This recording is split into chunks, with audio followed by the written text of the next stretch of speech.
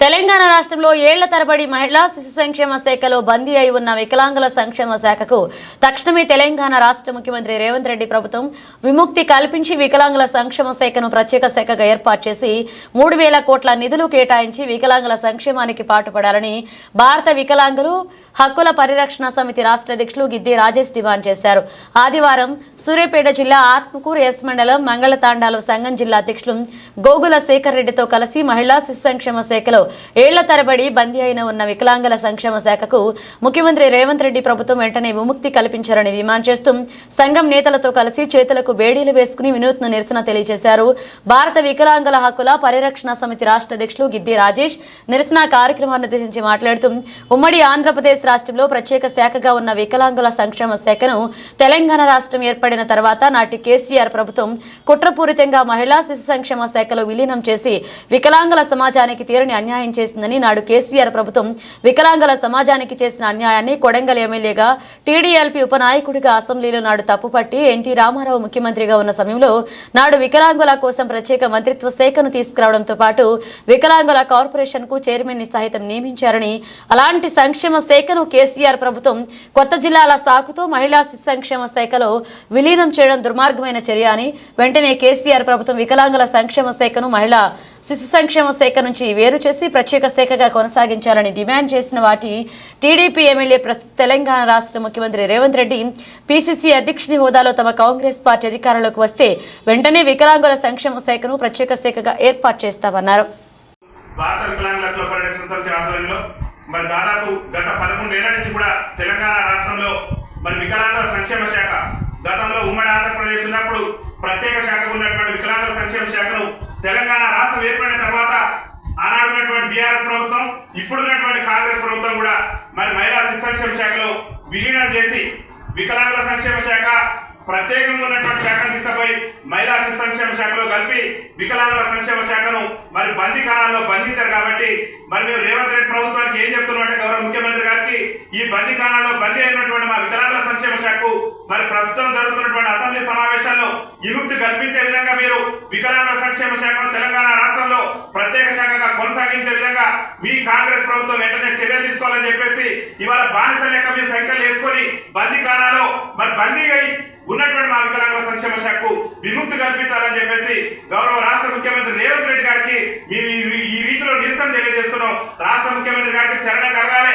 ఆనాడు 2014లో కొడంగల్ ఎమ్మెల్యేకు ఉండి మరి ముఖ్యమంత్రి గారు ఏం మాట్లాడారంటే ఆనాడు కొడంగల్ ఎమ్మెల్యేకు ఉన్నటువంటి రేవంత్ రెడ్డి గారు ఆనాడు మరి వికలాంగుల సంక్షేమ శాఖను ప్రత్యేక శాఖ చేయాలని చెప్పేసి ఆనాడు కోరిండు.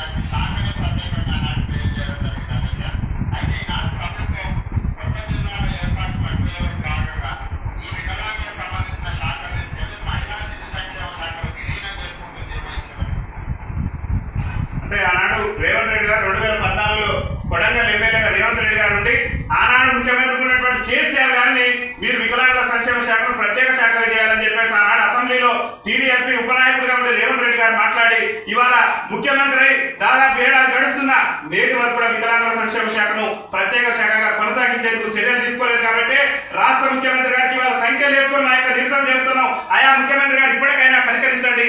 బానిస సంఖ్యలో బందీ అయినటువంటి మా వికలాంగుల సంక్షేమ శాఖను తక్షణమే ప్రత్యేక శాఖ కొనసాగించి వికలాంగుల సంక్షేమ శాఖకు 3,000 కోట్ల రూపాయలు నిధులించి వికలాంగుల సంక్షేమానికి రాష్ట్ర ప్రభుత్వం పాటుపడాలని చెప్పేసి కూడా భారత వికలాంగుల పరిరక్షణ సమితి రాష్ట్ర కమిటీ పక్షాన్ని డిమాండ్ చేస్తూ ఈ రోజు ఈ నిరసన కార్యక్రమాన్ని చేపట్టడం జరిగింది. గౌరవ వికలాంగుల సంక్షేమ శాఖ మంత్రి ధనసరి అనసూయ అక్క సీత కంటే అమితమైనటువంటి గౌరవం మా వికలాంగుల సమాజానికి. ఇలా వికలాంగుల సంక్షేమ శాఖకు మీరే మంత్రిగా ఉండి మరి నేటి వరకు కూడా ఆనాడు ఇవాళ ఉన్నటువంటి మీ ముఖ్యమంత్రి గారే ఆనాడు టీడీఎల్పీ ఉపనాయకుడిగా వికలాంగుల సంక్షేమ శాఖను ప్రత్యేక ప్రత్యేక శాఖ చేయండి. ఎన్టీ రామారావు ఉన్నప్పుడే వికలాంగులకు ప్రత్యేక శాఖ తీసుకొచ్చిండు. మరి కొత్త జిల్లాల శాఖతోని ఆనాడు ఉన్నటువంటి బీఆర్ఎస్ ప్రభుత్వం వికలాంగుల సంక్షేమ శాఖను మహిళా శిశు సంక్షేమ శాఖలో కలిపింది. మరి మా కాంగ్రెస్ పార్టీ అధికారంలోకి వస్తే వికలాంగుల సంక్షేమ శాఖను ప్రత్యేక శాఖ కొనసాగిస్తామని చెప్పేసి మీ కాంగ్రెస్ ఎన్నికల మేనిఫెస్టోలో పెట్టారు. కాబట్టి మీరేం డిమాండ్ చేస్తున్నట్టే మీరు ఎన్నికల మేనిఫెస్టోలో చెప్పిన విధంగా ఇంతవరకు మా పింఛన్లు పెంచలేదు, ఇంతవరకు ఆర్టీసీలు మా ఉచిత ప్రయాణం ఇవ్వలేదు.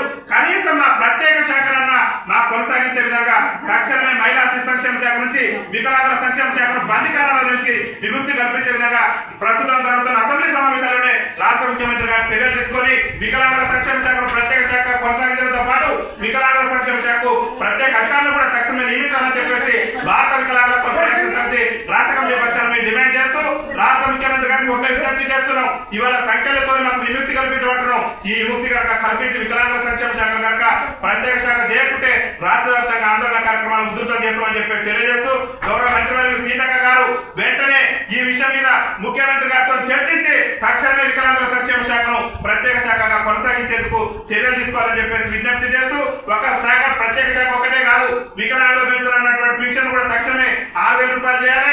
మా వృద్ధులు మా అమ్మలు అక్కలు అన్నలు తాతలు ముత్తాతలకు ఇస్తున్నటువంటి పింఛన్ కూడా తక్షణమే 4,000 రూపాయలు చేయాలి. మా విద్యార్థి సోదరులకు ఇస్తున్నటువంటి పింఛన్ కూడా 4,000 రూపాయలు చేయాలి. ఎన్నికల మేనిఫెస్టోలో ఆసరా పింఛన్దారులకు ఇచ్చినటువంటి అన్ని హామీలు కూడా రేవంత్ రెడ్డి ప్రభుత్వం తక్షణమే అమలు చేయాలని చెప్పేసి భారత వికలాంగుల ఫెడరేషన్ సమితి ఆధ్వర్యంలో మేము ఈ నిరసన కార్యక్రమం చేపట్టడం జరిగింది. కాబట్టి ముఖ్యమంత్రి గారికి వెంటనే కనువిప్పు కలిగి ఈ నిరసన చూసాక కనువిప్పు కలగాలి. 119 మంది ఎమ్మెల్యేలు మా వికలాంగుల ఓట్లతో గద్దెనెక్కి ఇవాళ జరుగుతున్న అసెంబ్లీ సమావేశాల్లో కనీసం నిమిషం కూడా మా వికలాంగుల సమస్యల గురించి మాట్లాడట్లేదు. కాబట్టి ఎమ్మెల్యేలు కూడా చలనం రావాలి, ముఖ్యమంత్రి గారికి చలనం రావాలి. వికలాంగుల సంక్షేమ శాఖ మంత్రి గారు దయచేసి మానవతా దృక్పథంతో ఆలోచించి మా శాఖను ప్రత్యేక శాఖ చేయండి. మా వికలాంగుల విద్యార్థులు ఉద్యోగ నియామకాలు లేక ఇబ్బంది పడుతున్నారు. వికలాంగుల బ్యాక్లాగ్ ఉద్యోగాలు భర్తీ చేయండి.